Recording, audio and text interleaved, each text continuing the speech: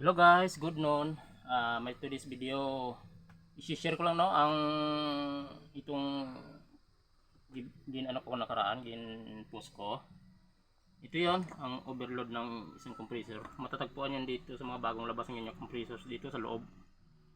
Nakakonekta siya sa common ng compressor yan.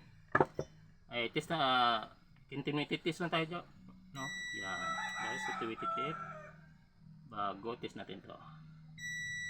Yan, kita nyo guys. May contact siya. Ito yung mga medyo ano na sensitive sa init. Pag initan nyo guys